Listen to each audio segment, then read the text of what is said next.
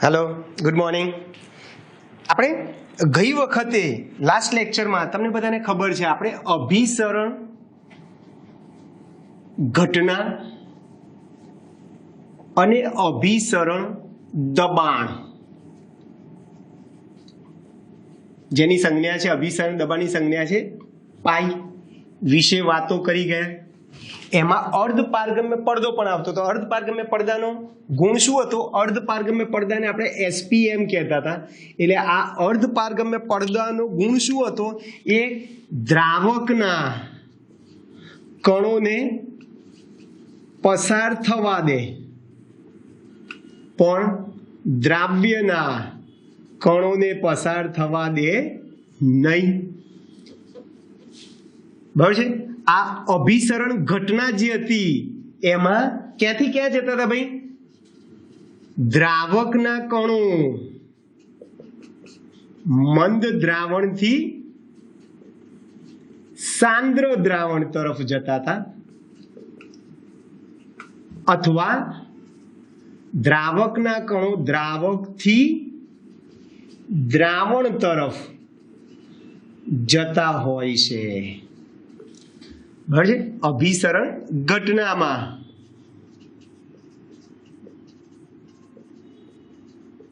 બરાબર છે। અભિસરણ ઘટનામાં દ્રાવકના કણો મંદ દ્રાવણથી સાંદ્ર દ્રાવણ તરફ જાય અથવા દ્રાવકથી દ્રાવણ તરફ જતા હતા। હવે આનાથી વિરુદ્ધ ઘટના પ્રતિ અભિસરણ ઘટના અથવા પ્રતિ અભિસરણ દબાણ ની વાત કરવાની છે આપણે। તો જેમ અભિસરણ ઘટનામાં જે વસ્તુ છે એનાથી આ ઉલટી ઘટના છે।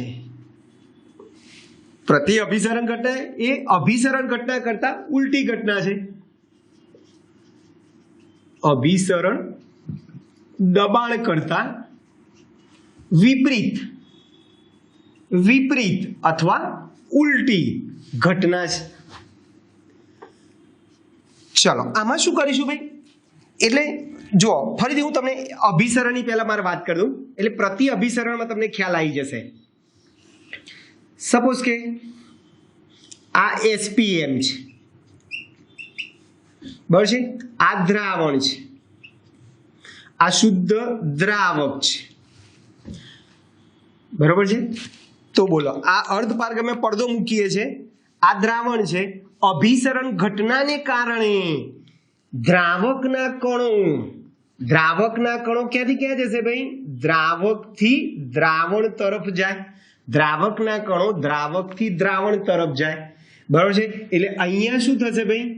દબાણ તમારું આ દ્રાવણની સપાટી ધીમે ધીમે વધશે એટલે દ્રાવણની સપાટી ધીમે ધીમે વધશે, બરોબર છે। એટલે આ દ્રાવણની સપાટીને વધતી અટકાવવા માટે અહીંયા તમે જે દબાણ લગાવો છો એને આપણે અભિસરણ દબાણ કીધું, બરોબર છે।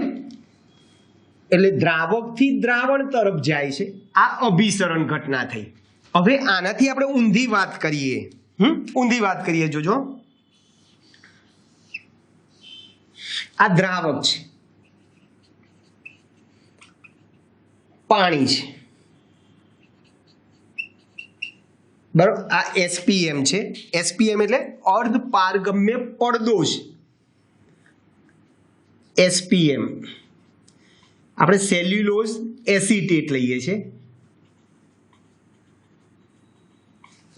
બરાબર છે। આ દ્રાવણ છે એટલે દરિયાનું પાણી કહીએ, ચલો દરિયાનું પાણી જેમાં અસંખ્ય ક્ષાર ઓગળે એટલે દ્રાવણ છે। હવે શું કરશું ભાઈ? સેલ્યુલોઝ એસિટેટ અર્ધપારગમ્ય પડદો છે।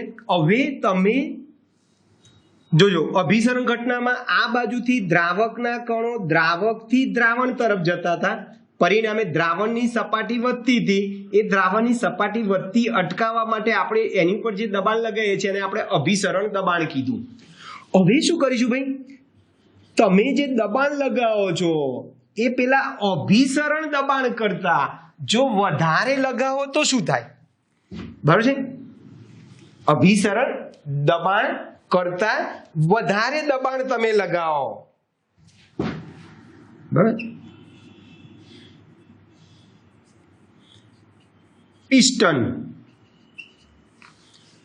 પિસ્ટનથી તમે જે દબાણ લગાવો છો એ પેલા અભિસરણ દબાણ કરતા વધારે દબાણ લગાવો. ચલો, તો શું થશે ભાઈ? તો વિપરીત ઘટના થશે. વિપરીત ઘટનામાં શું થશે? અહીંયાથી આ જે દ્રાવણ જે છે જેમાં દ્રાવક અને દ્રાવ્ય છે બંને, તો આ દ્રાવણમાંથી દ્રાવકના કણો પાણીના કણો એસપીએમ દ્વારા આ બાજુ આવશે અને એ જે પાણી બહાર નીકળે છે એ શુદ્ધ પાણી તમે બહાર કાઢી લો. તો આ થઈ ગઈ તમારી પ્રતિ અભિસરણ ઘટના. એટલે દરિયાના પાણીમાંથી તમારે શુદ્ધ પાણી મેળવવું હોય તો તમે આ પ્રતિ અભિસરણ ઘટનાનો ઉપયોગ કરી શકો છો. દરિયાના પાણીમાંથી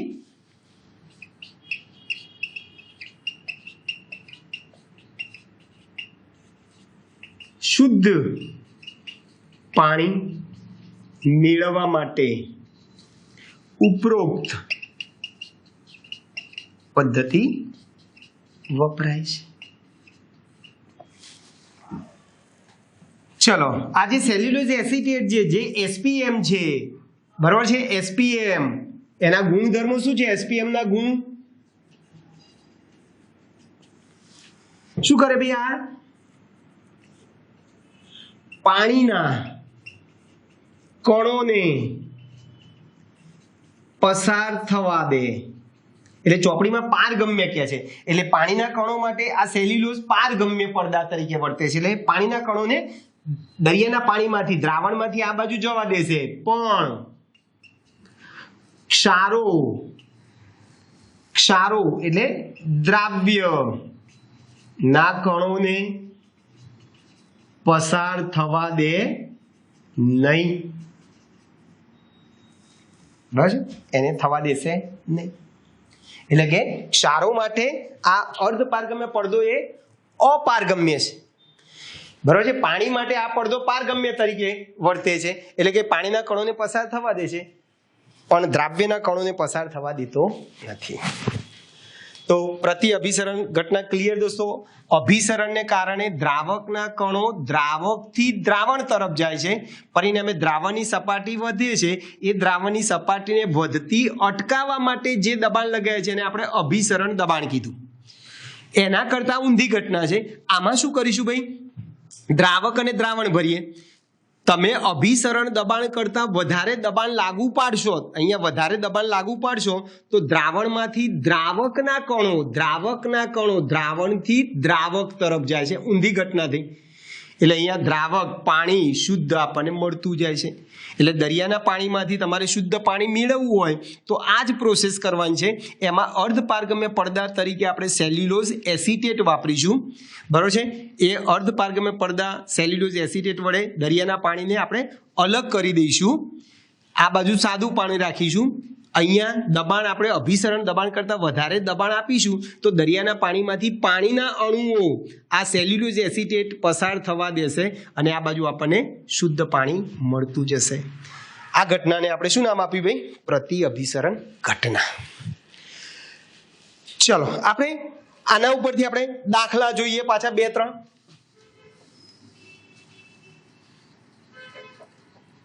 આપણે વાત કરી ગયા અભિસરણ દબાણ માટે. કયું સૂત્ર લાવ્યું ભાઈ આપણે? અભિસરણ દબાણ માટે 3 સૂત્રો લખેલા. પાઈ બરાબર CRT, પાઈ બરાબર NRT upon V અને પાઈ બરાબર WRT upon MV. આ 3 સૂત્રો વાપરીએ છીએ આપણે. આ 3 સૂત્રો વાપરો ત્યારે V હંમેશા લીટરમાં લો, તાપમાન હંમેશા કેલ્વિનમાં લો. તો R ની કિંમત 0.082 વાતાવરણ litre mall inverse kelvin inverse, બરાબર છે. અથવા તમે 8.314 × 10³ pascal into litre mall inverse kelvin inverse લઈ શકો તમે, બરાબર છે. અને એમ પાઈ બારમાં અથવા વાતાવરણમાં. તો અભિસરણ દબાણ માટે આપણે આટલા સૂત્રો લખ્યા છે. એમ એટલે દ્રાવ્યનો આણ્વીય દળ છે. ક્લિયર? ચલો, તો આપણે આ સૂત્ર આધારિત 2-3 નાના નાના દાખલા છે એ ચોપડીમાંથી આપણે જોઈ લઈએ. દાખલો 1 તમારો કોયડો 2.11 છે. ચલો, આવું છે. પ્રોટીન નું 200 સેમી ક્યુબ જલીય દ્રાવણ 1.26 ગ્રામ પ્રોટીન ધરાવે છે.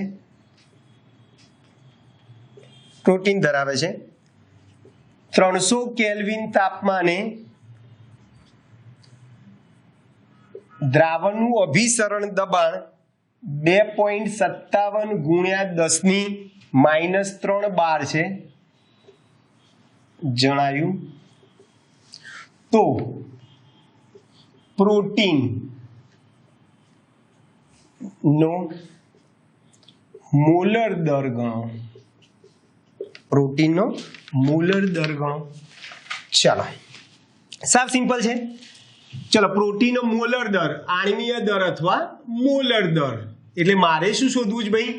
એમ શોધવું છે. આપણી જોડે સૂત્ર શું છે? પાઈ બરાબર WRT/mv છે. માટે m બરાબર WRT/πv થાય. ચલો, બધા જ ડેટા આપણી જોડે તૈયાર છે, કિંમત જ મૂકવાની છે ખાલી. ચલો, W એટલે દ્રાવ્યનું વજન. વજન કેટલું આપ્યું છે? 1.26 ગ્રામ. આની કિંમત 0.082 લઉં છું. હું 0.082 વાતાવરણ લીટરમાં લઈશ તો આપણો જવાબ એ રીતે આવશે, બરાબર છે. ચલો, એટલે આની કિંમત 0.082. ટી એટલે તાપમાન કેલ્વિનમાં જોઈએ, કેલ્વિનમાં જ આપ્યું છે આપણને 300. ચલો, પાઈ અભિસરણ દબાણ, પાઈ અભિસરણ દબાણ 2.57 × 10⁻³ અને કદ આપ્યું છે આપણને 200 સેમી ક્યુબ. એટલે 200 સેમી ક્યુબ એટલે 200 ml કહેવાય, બરાબર 0.200 લીટર કહેવાય. 0.200 બરાબર છે, 0.200 લીટર કહેવાય.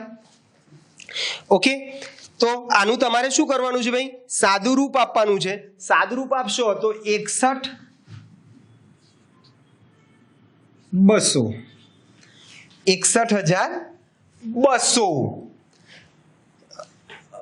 61,200. એક મિનિટ, આનું સાદુરૂપ તમારું એક્ઝેક્ટ થશે, અણુ પર ગણતરી કરશો તો 61,022 થશે. 022 ગ્રામ પ્રતિ મોલ. છે એકદમ મસ્ત દાખલો, નાનો સિમ્પલ. ચલો, બીજો દાખલો લઈએ આપણે. સ્વાધ્યાયના લઈએ થોડાક, બરાબર છે. સ્વાધ્યાયના દાખલા લઈએ આપણે. સ્વાધ્યાયનો છે 2.22. સ્વાધ્યાયનો 2.22. જો આવો દાખલો છે. 300 કેલ્વિન તાપમાને 36 ગ્રામ ગ્લુકોઝ ધરાવતા તેના 1 લીટર દ્રાવણનું અભિસરણ દબાણ 4.98 બાર છે. જો તે જ તાપમાને એટલે રકમમાં 300 આપ્યું છે ને, 300 કેલ્વિન તાપમાને, તે જ તાપમાને કોઈ દ્રાવણનું અભિસરણ દબાણ 1.52 બાર હોય તો તેની સાંદ્રતા ગણો. તેની સાંદ્રતા ગણો. ચલો, આપણી જોડે બે સૂત્રો છે, અહીંયા લખેલા જ છે. જો તમને વજન આપેલું છે એટલે વજન માટેનું એક આ સૂત્ર છે પાઈ બરાબર WRT/mv અને સાંદ્રતા શોધવાની છે એટલે આપણે આ સૂત્ર વાપરીએ પાઈ બરાબર CRT. આ બે સૂત્રનો ઉપયોગ કરી અને હું C શોધવાનો છું. સમજો બરાબર. ચલો પહેલા માટે આપણે અભિસરણ દબાણ કેટલું છે 4.98 4.98 બરાબર W વજન કેટલું આપ્યું છે આપણને 36 ગ્રામ 36 R અને T એમ રાખું છું કારણ કે અહીંયા પણ R અને T છે એટલે ઉડી જાય એટલા માટે M એટલે આણ્વીય દળ ગ્લુકોઝનો આણ્વીય દળ છે 180 અને કદ આપ્યું છે આપણને 1 લીટર કદ આપ્યું છે 1 લીટર તમને ના આપે તો પણ તમારે 1 લીટર સમજવાનું કારણ કે સાંદ્રતા મોલ પ્રતિ લીટરમાં છે એટલા માટે ચલો ક્લિયર આ એક વસ્તુ થઈ ગઈ ચલો બીજી વસ્તુ આપણે બીજા કોઈ દ્રાવણનું અભિસરણ દબાણ 1.52 છે સાંદ્રતા શોધવી છે RT આને સમીકરણ 2 કહીએ આને સમીકરણ 1 કહીએ બસ સમીકરણ 1 ને સમીકરણ 2 વડે ભાગો એવું કોઈ જરૂર નથી કોઈ કે મારે સમીકરણ 2 ને 1 વડે ભાગવું છે કઈ ફરક ના પડે ચલો ભાગતા ચલો સમીકરણ 1 શું છે 4.98 અને આને ભાગવાના છે ને ભાગ્યા 1.52 બરાબર ચલો 36 RT/180 ગુણ્યા 1 અને આ શું થશે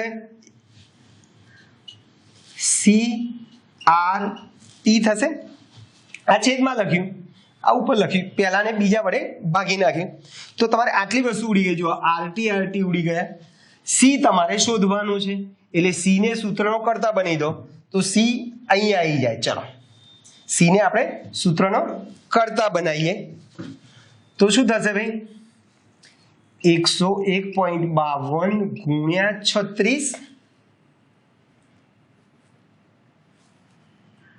ભાગ્યા 4.98 ગુણ્યા 180 થાય આવું ભાઈ બરોબર 1.52 ગુણ્યા 36 ભાગ્યા 4.98 ગુણ્યા 180 આનું સાદુરૂપ આપશો તો 0.061 થશે કેપિટલ M 0.061 કેપિટલ M થઈ ગયા ખ્યાલ આવે છે દોસ્તો બધાને બરોબર છે હજુ એક લખાણ સંબંધિત દાખલો જોઈએ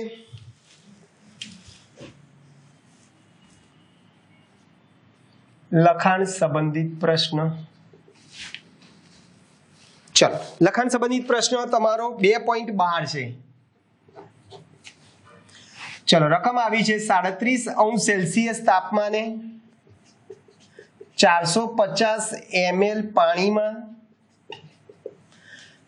1,85,000 મોલર દળ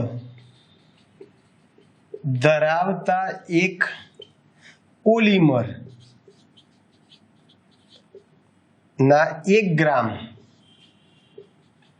ને ઉમેરીને બનાવેલ દ્રાવણ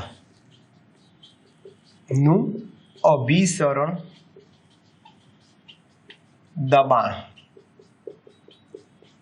ગણો ચલો શું કરશું ભાઈ સાવ સિમ્પલ છે મારે અભિસરણ દબાણ શોધવું છે બોલો પાઈ બરાબર સૂત્ર શું છે WRT/mv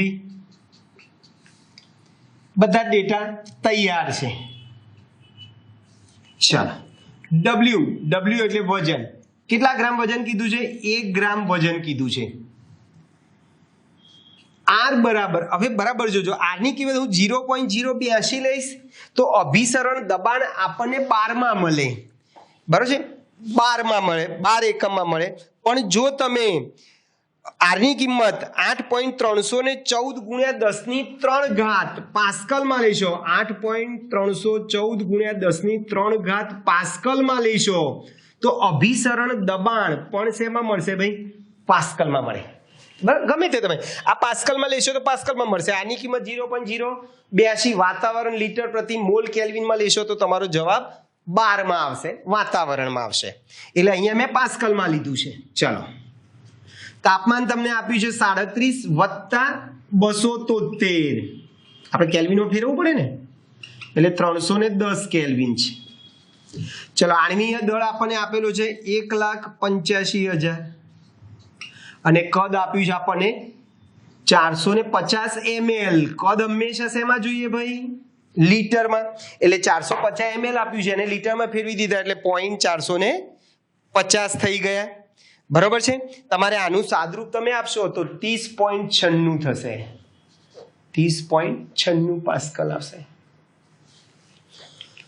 તો અત્યારે આપણે કઈ ઘટનાઓ ભણ્યા? અભિસરણ અને પ્રતિ અભિસરણ ઘટના આપણે જોઈ ગયા અને અભિસરણ દબાણ આધારિત આપણે આવા દાખલા જોયા.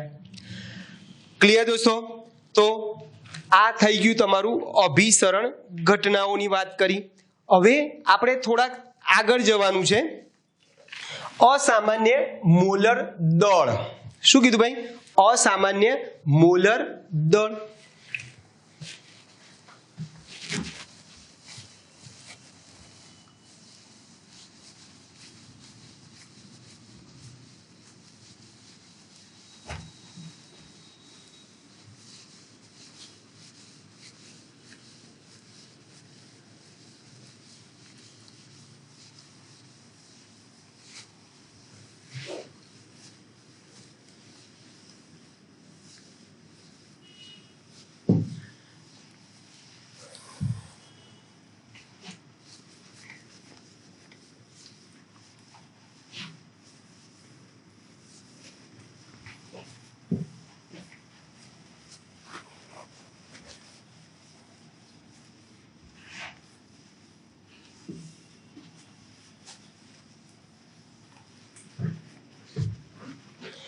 ચલો, તો આપણે અસામાન્ય મોલર દળની આપણે વાત કરવાની છે.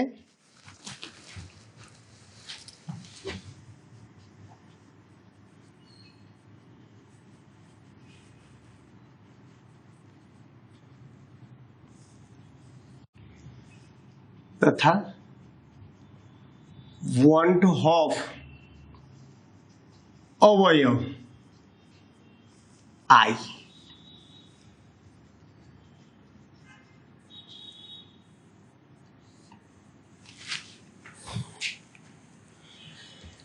ઓકે દોસ્તો, તો અસામાન્ય મોલર દળની આપણે ચર્ચા કરવી છે.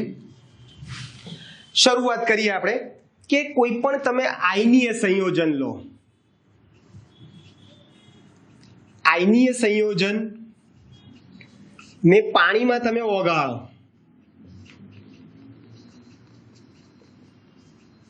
તો એમાંથી શું મળે આપણને ભાઈ? આયનો મળે. દાખલા તરીકે હું 1 મોલ KCl લઉં છું, 1 મોલ KCl લઉં છું તો બોલો એનું સંપૂર્ણ આ રીતે K પ્લસ અને Cl માઇનસ બે કણોમાં સંપૂર્ણ આયનીકરણ થાય. સંપૂર્ણ શું થશે ભાઈ? વિયોજન થશે. બરાબર. આ 1 મોલ KCl નું વજન એના આણ્વીય દળ જેટલું હોય એટલે કે 74.5 ગ્રામ હોય. સમજો બરાબર. હવે 1 મોલ KCl માં 1 કણ હતો પણ જ્યારે એને પાણીમાં નાખ્યું એનું વિયોજન થયું. વિયોજન થયું એટલે કણોની સંખ્યા બમણી થઈ ગઈ. સંખ્યાત્મક ગુણધર્મો જે છે એ કણોની સંખ્યા ઉપર આધાર રાખે એટલે સંખ્યાત્મક ગુણધર્મો પણ શું થાય? બદલાય. દાખલા તરીકે KCl ને પાણીમાં જલીય દ્રાવણ બનાવીએ અને એ જલીય દ્રાવણ જે છે એના ઉત્કલન બિંદુમાં તમારે વધારો કરવો હોય, બરાબર છે, 1 કિલોગ્રામ દ્રાવકમાં તમે 1 મોલ KCl ને નાખશો. આ રીતે 1 મોલ KCl ને 1 kg પાણી દ્રાવકમાં ઓગાળીએ, દ્રાવણ બનશે.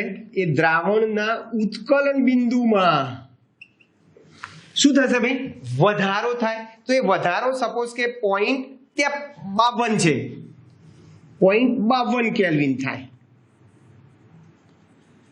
પણ તકલીફ શું થાય? હકીકતમાં હોવું જોઈએ 0.52, પણ કણો 2 છે એટલે ખરેખર ઉત્કલન બિંદુમાં થતો વધારો જે છે બરાબર છે ડેલ્ટા ટીબી એ 2 ગુણ્યા 0.52 બરાબર 1.04 થાય.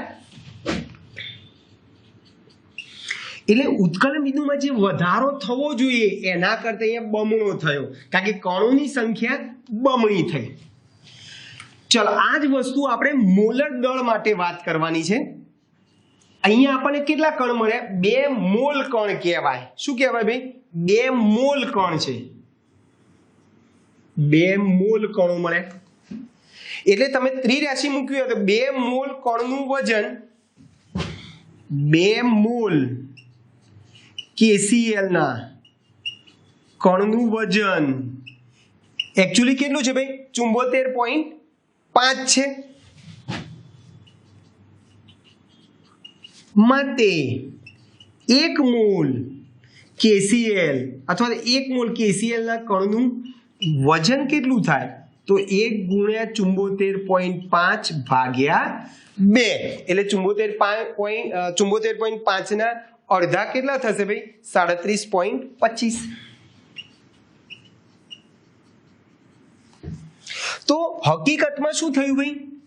અહીંયા મળવું જોઈએ 74.5 ગ્રામ આણ્વીય દળ અથવા મોલર દળ, પણ જ્યારે KCl ને આપણે પાણીમાં ઓગાળીએ છીએ એનું વિયોજન થાય છે ત્યારે કણોની સંખ્યા બમણી થઈ જાય છે, એટલે અહીંયા મોલર દળ અડધું થઈ જાય છે.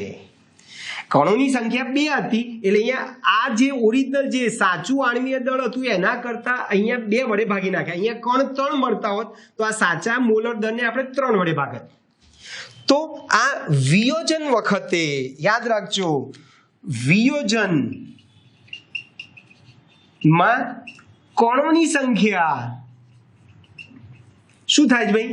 વધે છે. આયનીય ઘન પદાર્થ KCl લેશો તો એમાં કણ એક જ હતો, પણ જ્યારે એને પાણીમાં ઓગાળ્યું, વિયોજન કર્યું ત્યારે કણની સંખ્યા 2 થઈ ગઈ. એટલે વિયોજનમાં કણોની સંખ્યા વધે છે. આથી સાચા મોલર દળ કરતા મળતું મોલર દળ કેવું છે ભાઈ? સાચું મોલર દળ 74.5 છે, મળતું મોલર દળ 37.25 છે, એટલે મળતું મોલર દળ ઓછું હોય છે.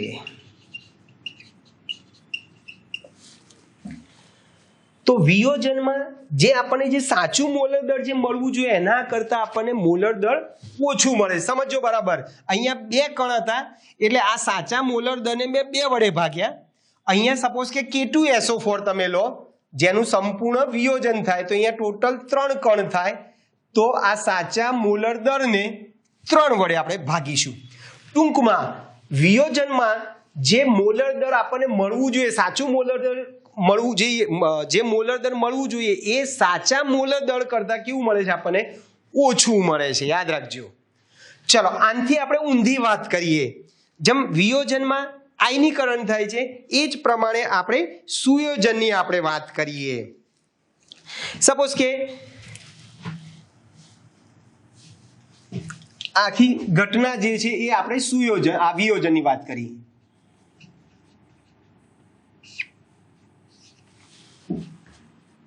સુયોજનમાં વાત કરીએ. દાખલા તરીકે ઇથેનોઇક એસિડ,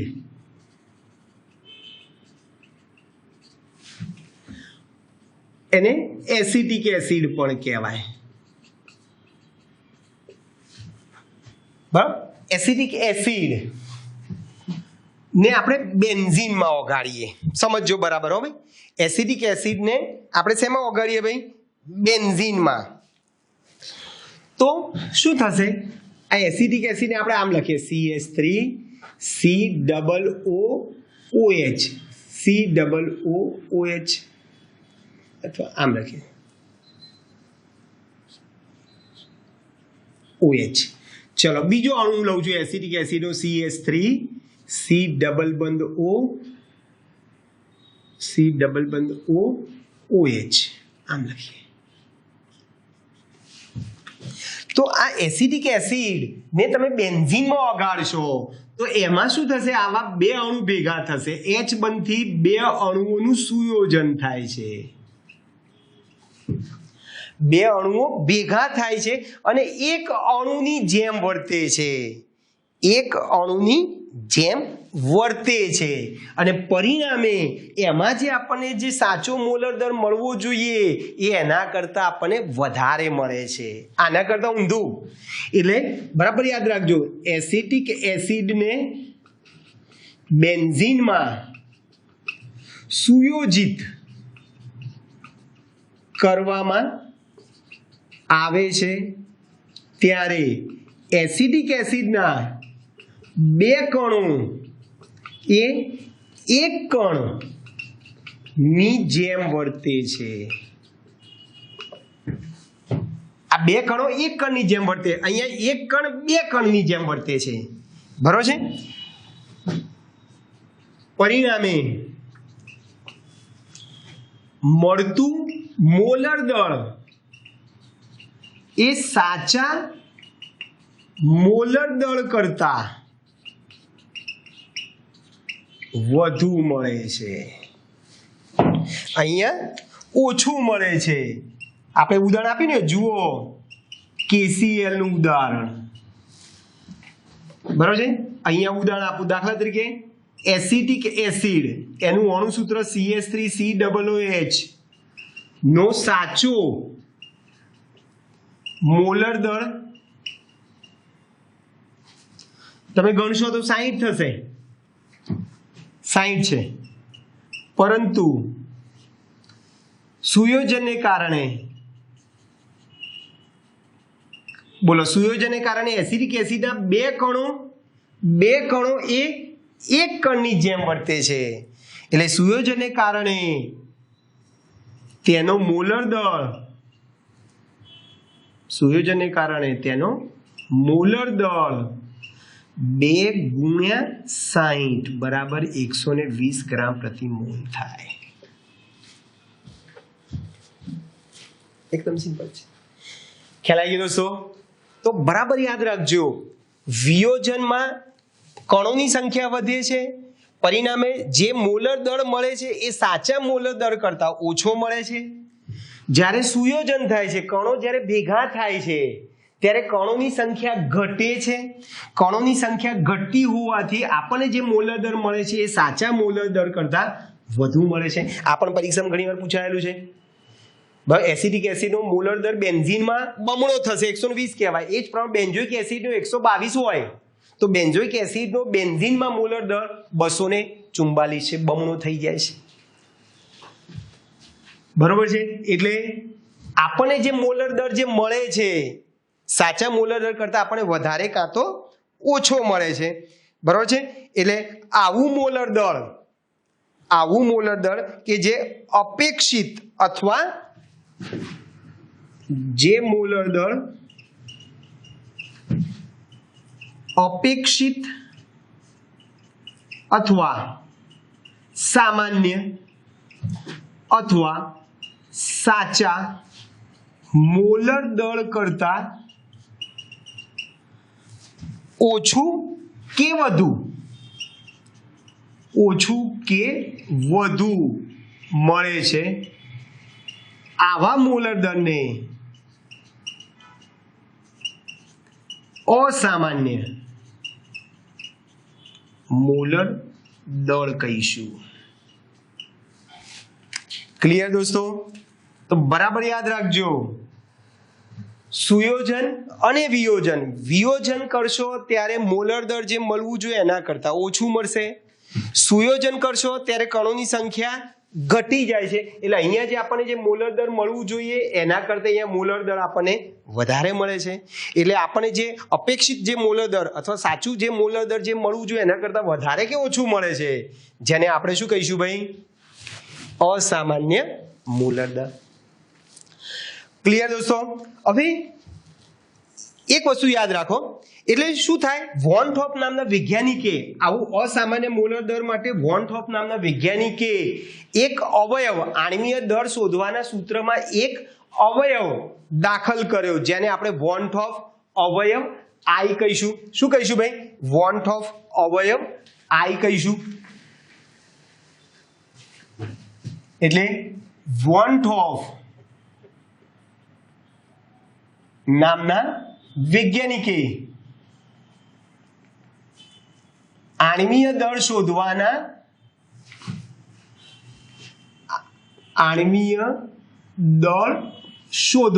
કયા કોના? દ્રાવ્યના આણ્વીય દળ શોધવાના સૂત્રમાં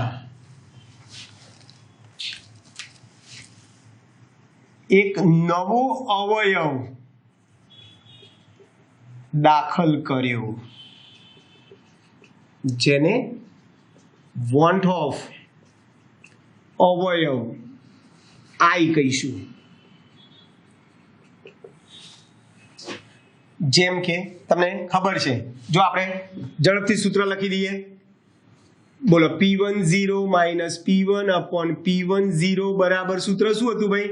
N2 અપોન N1, અથવા N2 અપોન N1 ના લખવું હોય તો વજન છેદમાં આણ્વીય દળ, વજન છેદમાં આણ્વીય દળ, આ સૂત્ર હતું. તો એમાં એને આઈ દાખલ કર્યો, આઈ આ રીતે આખા સૂત્રમાં એને આઈ દાખલ કર્યો. ચલો બીજું સૂત્ર આપણું પેલું યાદ છે, ઉત્કલન બિંદુ ઉન્નયન ડેલ્ટા ટીબી બરાબર કેબી ઇન્ટુ સ્મોલ એમ, બરાબર છે. તો એમાં પણ એને એક આઈ દાખલ કર્યો, બરાબર છે. ત્રીજું સૂત્ર ડેલ્ટા ટીએફ બરાબર કેએફ ઇન્ટુ સ્મોલ એમ, એમાં પણ એને આઈ દાખલ કર્યો. ચોથું સૂત્ર અભિસરણ દબાણ માટેનું સૂત્ર પાઈ બરાબર WRT અપોન MV, અથવા તો પાઈ બરાબર CRT, તો એમાં પણ એને આઈ દાખલ કર્યો.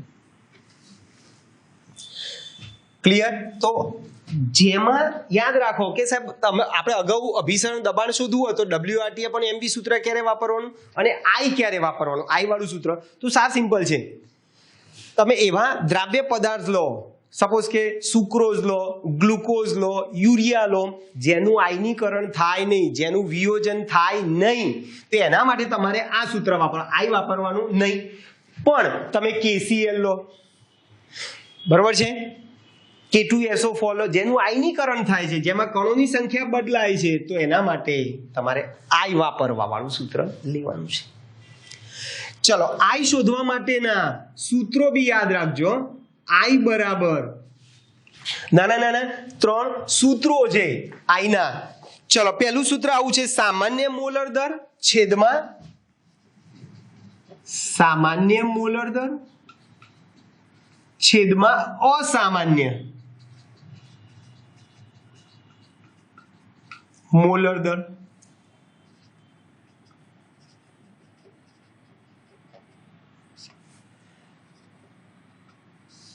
યાદ રહ્યું સૂત્ર? પહેલા સામાન્ય મોલર દર છેદમાં અસામાન્ય મોલર દર. પછી બીજું જે છે એ અવલોકિત સંખ્યાત્મક ગુણધર્મ, અવલોકિત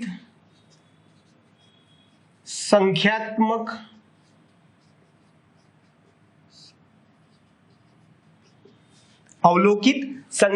ગુણધર્મો છેદમાં ગણતરી કરે સંખ્યાત્મક ગુણધર્મો.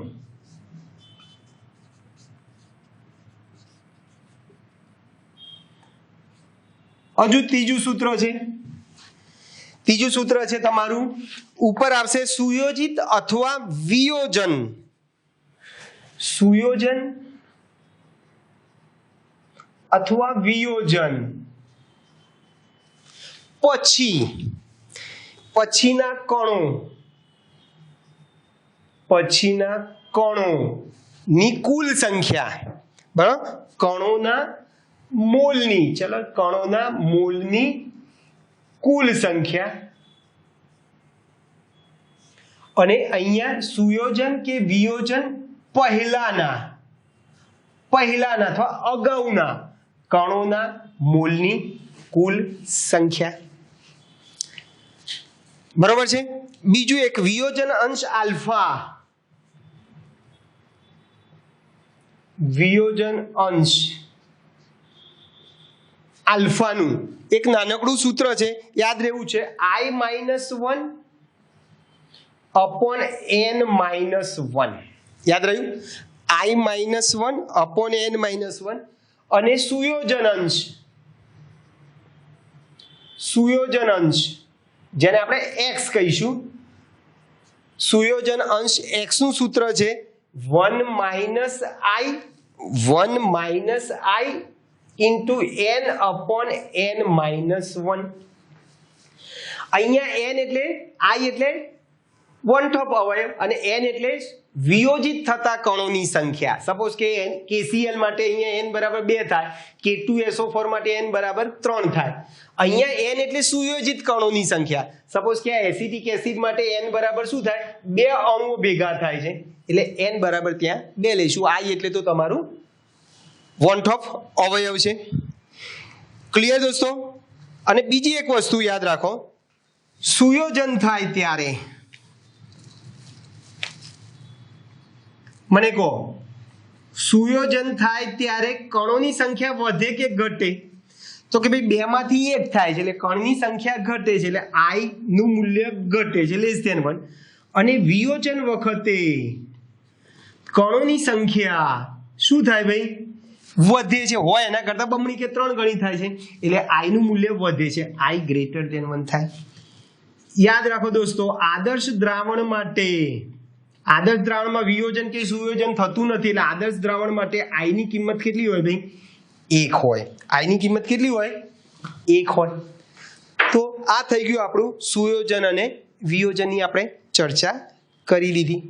તમારે પાઠ્યપુસ્તકમાં જુદા જુદા વિદ્યુત વિભાજ્ય પદાર્થો એટલે કે આયનીય પદાર્થો માટે આયના મૂલ્યો તમને આપેલા છે, જુદી જુદી સાંદ્રતાએ. ક્લિયર દોસ્તો? ઓકે. આને રિલેટેડ આપણે દાખલા ગણવાના છે. હવે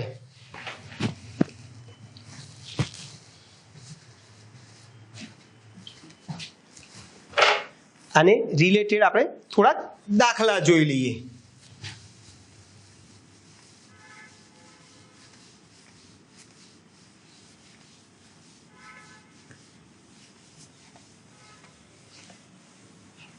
આપણે રૂટીનમાં જે તે થિયરીને અનુરૂપ દાખલા, કોયડા, લખાણ સંબંધિત, સ્વાધ્યાયના લગભગ આપણે લઈ લીધા છે. હજુ થોડાક બાકી છે 2-3, એ આપણે નેક્સ્ટ લેક્ચરમાં લઈ લઈશું. એટલે તમારે સેકન્ડ ચેપ્ટરમાં બધા જ દાખલા, કોયડા, બધી જ વસ્તુ તમારે આવી જશે. બરોબર છે ભાઈ? ચલો આપણે પહેલા તો અભિસરણ દબાણ આધારિત દાખલા જોવાના છે. આ સૂત્ર વાપરીએ છીએ એના. બરોબર છે? ચલો જુઓ, એ દાખલા છે તમારે સ્વાધ્યાયનો 2.41.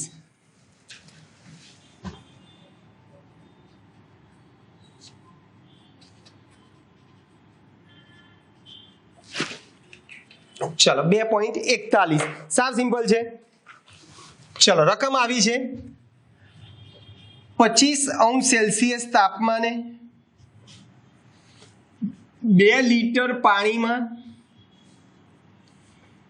25 મિલીગ્રામ K2SO4 ઓગાળેલ છે.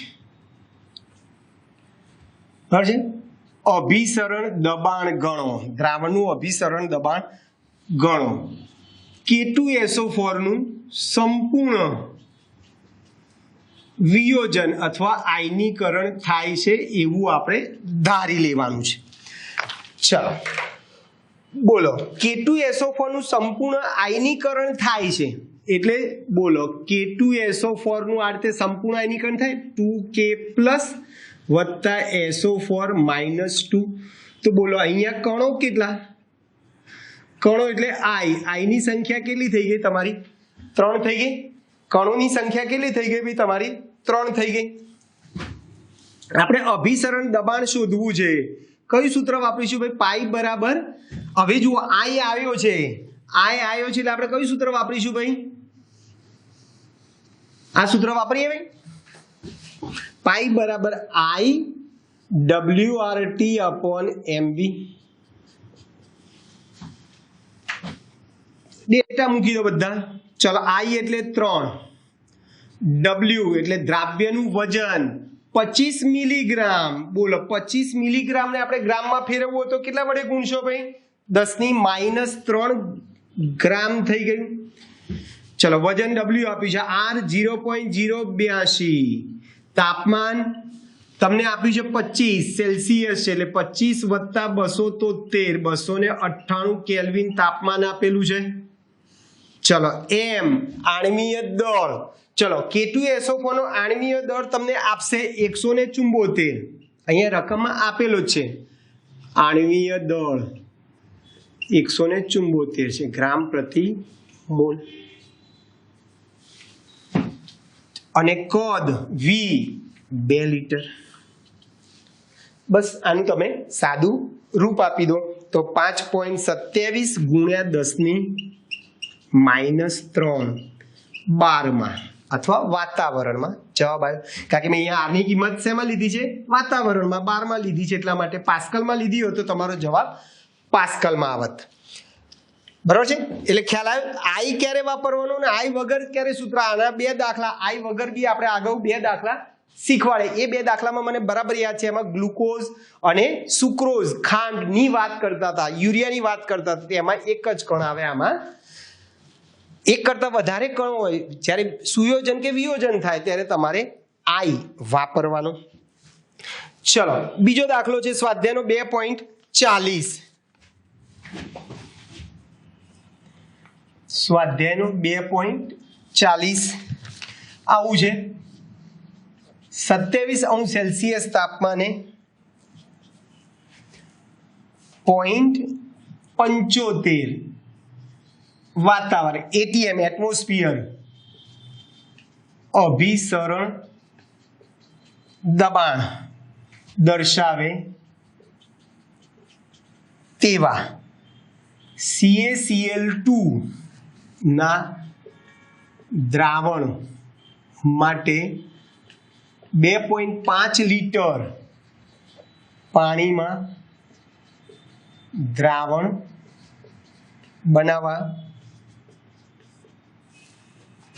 કેટલો CaCl2 નો જથ્થો જોઈએ? કૌંસમાં તમને CaCl2 માટે I નું મૂલ્ય તમને આપી દીધેલું છે 2.47 અને આણ્વીય દળ 111 આપી દીધેલો છે. બરાબર છે ભાઈ? ચલો, શું કરીશું ફરીથી? જો આ CaCl2 પદાર્થ થયો એટલે તમારે I વાળું સૂત્ર વાપરીશું. ક્યારે I નહીં વાપરવાનું ભાઈ? પાઈ બરાબર WRT અપોન MV સૂત્ર ક્યારે વાપરવાનું? યાદ રાખો, 3 પદાર્થ, ગ્લુકોઝ, સુક્રોઝ, ખાંડ, યુરિયા, જેનું આયનીકરણ થાય ને એવા પદાર્થો માટે તમારે આ સૂત્ર વાપરવાનું. પણ CaCl2, KCl, K2SO4 આવું આવી જાય તો તમારે I ઉમેરવાનું. આપણે જથ્થો શોધવો છે, W શોધવો છે મારે. W ને સૂત્રનો કરતા બને તો W બરાબર શું થશે ભાઈ? પાઈ MV અપોન IRT. ડેટા બધા મૂકી દો. પાઈ અભિસરણ દબાણ આપ્યું છે 0.75, M આણ્વીય દળ 111, કદ આપ્યું છે 2.5 લીટર, I માટે આપ્યું છે 2.47, આની કિંમત 0.082 કારણ કે તમને અભિસરણ દબાણ વાતાવરણમાં આપ્યું છે એટલે 0.082 અને તાપમાન તમને આપ્યું છે 27 વત્તા 273 300 કેલ્વિન. બરાબર છે? તો આનું તમે શું કરો ભાઈ? સાદું રૂપ આપી દો. સાદું રૂપ આપશો તો 3.42 જવાબ આવશે. વજન ગ્રામમાં. વજન ગ્રામમાં થઈ ગયું. ખ્યાલ આવે છે દોસ્તો? તો આ I વોન્ટ ઓફ અવયવ I ની આપણે વાત કરી.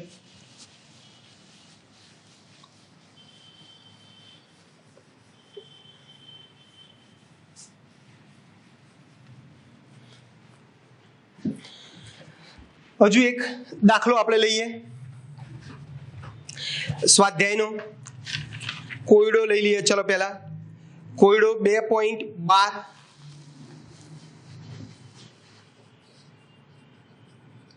કોયડો 2.12. ચલો સમજો બરાબર.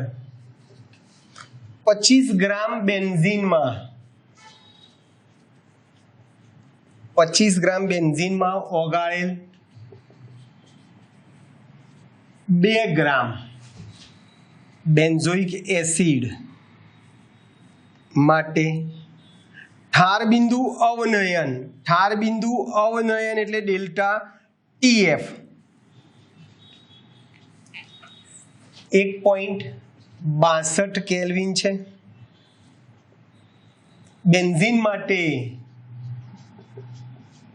મોલલ અવનયન અચળાંક એટલે KF 4.9 છે.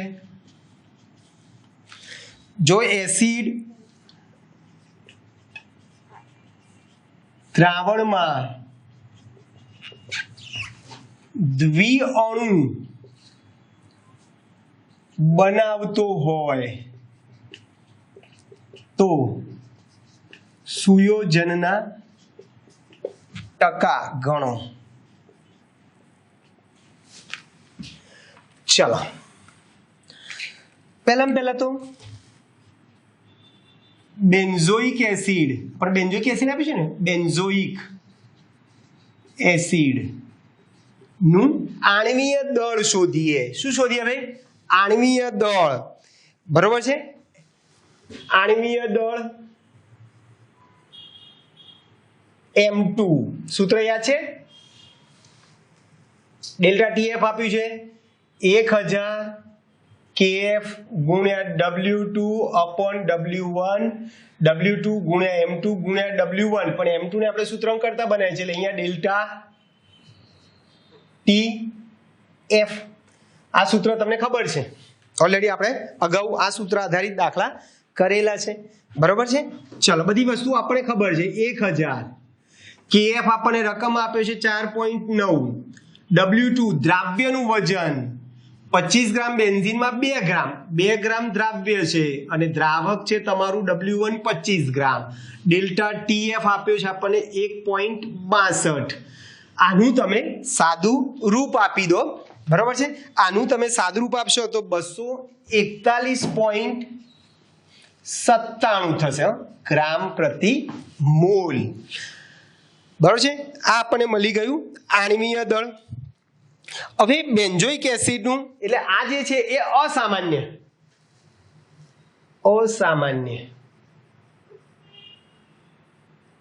આણ્વીય દળ છે.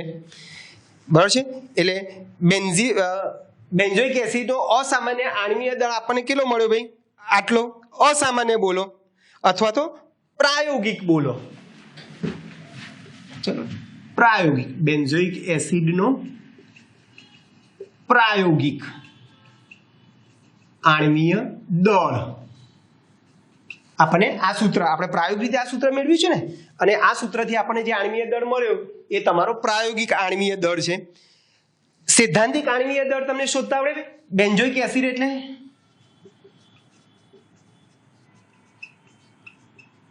C6H5COOH નો સૈદ્ધાંતિક એટલે ગણતરી કરીને આણ્વીય દળ તમે શોધશો તો આ રીતે 6 કાર્બન, બરાબર છે, 6 કાર્બન, 5 હાઇડ્રોજન, 1 કાર્બન, 2 ઓક્સિજન અને પાછો 1 હાઇડ્રોજન.